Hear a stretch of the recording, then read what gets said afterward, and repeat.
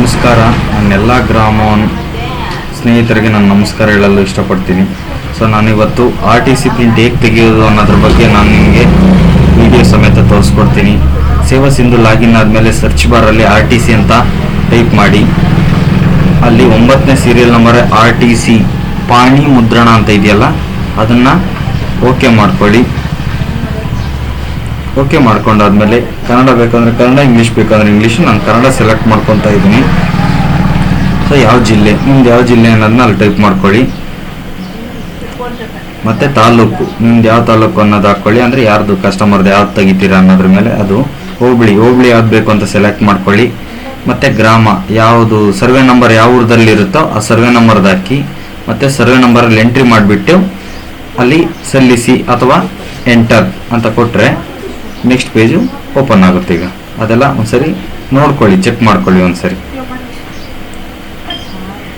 Next Isa ಅಂತ ಇರುತ್ತಲ್ಲ, ಅದನ್ನು ಟೈಪ್ ಮಾಡೋದಕ್ಕೋಸ್ಕರ ನೆಕ್ಸ್ಟ್ ಸ್ಟೆಪ್ಗೆ ಹೋಗುತ್ತೆ.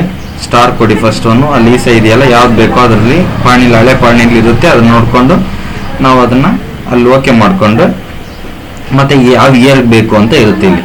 ಅವ್ರು ಕೇಳಿ ಯಾವ ಇಯರ್ಗೆ ಬೇಕು, ಈ ವರ್ಷಕ್ಕೆ ಬೇಕಾ ಹಳೇದು ಬೇಕಾ ಅನ್ನೋದನ್ನು ನೋಡಿಕೊಂಡು ನಾವು ಯಾವ ಇಯರ್ ಬೇಕು ಅನ್ನೋದನ್ನ ಸೆಲೆಕ್ಟ್ ಮಾಡಿಕೊಂಡು ನಾವು ನೆಕ್ಸ್ಟ್ ಸ್ಟೆಪ್ಗೆ ಓಕೆ ಮಾಡಿದ್ರೆ, ಸೊ ಅಲ್ಲಿ ಅವ್ರ ಡೀಟೇಲ್ ನೇಮ್ ಸಮೇತ ಅಲ್ಲಿ ತೋರಿಸುತ್ತೆ. ಸೊ ನೇಮ್ ತೋರಿಸಿ ನೋಡಿ ಎಷ್ಟು ಎಕರೆ ಇದೆ ಏನು ಅನ್ನೋದೆಲ್ಲ ನಾವು ಇಲ್ಲಿ ನೋಡ್ಕೊಬಿಟ್ಟು, ಇದು ಕ್ಯಾಪ್ಚರ್ ಕೋಡ್ ಇದೆಯಲ್ಲ, ಈ ಕೋಡ್ನೆಲ್ಲ ಹಾಕ್ಬಿಟ್ಟು ನೆಕ್ಸ್ಟ್ ಸ್ಟೆಪ್ ಕೊಡಬೇಕು. ನೆಕ್ಸ್ಟ್ ಸ್ಟೆಪ್ ಕೊಟ್ಟರೆ ಪ್ರೋಸೆಸ್ ಆಗುತ್ತೆ. ಸೊ ಮೇಕ್ ಎ ಪೇಮೆಂಟ್ ನೋಡಿ, ಎಲ್ಲ ಒಂದ್ಸರಿ ಚೆಕ್ ಮಾಡ್ಕೋಬೇಕು ಇನ್ನೊಂದ್ಸರಿ. ಯಾಕಂದರೆ ಅಮೌಂಟ್ ಕಟ್ ಆಗೈತೆ ಅಂದರೆ ಏನು ಮಾಡೋಕ್ಕೆ ಬರಲ್ಲ. ಕಸ್ಟಮರ್ಗೆ ನಾವು ಕೊಟ್ಟರೆ ಮಾತ್ರ ದುಡ್ಡು ಕೊಡ್ತಾರೆ. ಅವ್ರ ಇಷ್ಟಕ್ಕೋಸ್ಕರ ನೋಡಿಕೊಂಡು ಅವ್ರ ನೇಮ್ ಏನು ಎಲ್ಲ ನೋಡಿಕೊಂಡು ಮತ್ತೆ ಮೇಕ್ ಎ ಪೇಮೆಂಟ್ ಅಂತ ಕೊಟ್ಟರೆ ಸೊ ಇಲ್ಲಿಗೆ ಬರುತ್ತೆ. ಸೊ 15 ರೂಪಾಯಿ ಪೇಮೆಂಟ್ ಮಾಡಬೇಕಾಗುತ್ತೆ ನಾವು. ಸೊ ಮೇಕ್ ಎ ಪೇಮೆಂಟ್ ಮತ್ತೆ ಗ್ರಾಮೋನ್ ಕರ್ನಾಟಕ ಒಂದು ಲಾಗಿನ್ಗೆ ಹೋಗುತ್ತೆ. ಪಾಸ್ವರ್ಡ್ ಹಾಕ್ತೀರಾ, ಅಲ್ಲಿ ಏನಾದರೂ ಒಂದು ಸೀರಿಯಲ್ ನಂಬರ್ ಕೊಡಿ, ಎರಡೇ ಪೇಮೆಂಟ್ ಕೊಡಿ, ಓಕೆ ಮಾಡಿ. ಮತ್ತು ಕೆಳಗಡೆ ಅಮೌಂಟ್ ತೋರಿಸುತ್ತೆ 15 ರೂಪೀಸ್, 15 ರೂಪಾಯಿ ಟೈಪ್ ಮಾಡಿ ಸಬ್ಮಿಟ್ ಕೊಡಿ. ಅದೆಲ್ಲ ಒಂದ್ಸರಿ ನೋಡ್ಕೊಳ್ಳಿ, ಸಬ್ಮಿಟ್ ಕೊಡಿ. ಮತ್ತು ಈ ರೀತಿ ಒಂದು ವಿಂಡೋ ಓಪನ್ ಆಗುತ್ತೆ.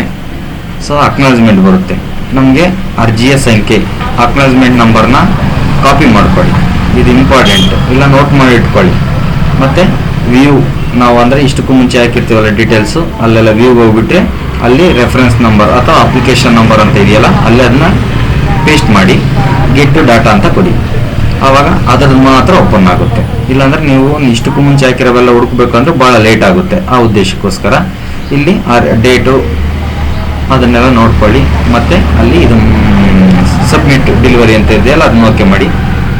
ಇಲ್ಲಿ ಕೆಳಗಡೆ ಸರ್ಟಿಫಿಕೇಟ್ ಅಂತ ಕ್ಲಿಕ್ ಮಾಡಿದ ತಕ್ಷಣ ನಿಮ್ಗೆ ಈ ಥರ ಒಂದು PDF ಅಲ್ಲಿ ಒಂದು ವಿಂಡೋ ಓಪನ್ ಆಗುತ್ತೆ. ಕ್ಲಿಕ್ ಹಿಯರ್ ಅಂತ ಇದೆಯಲ್ಲ, ಅದನ್ನು ಓಕೆ ಮಾಡಿ.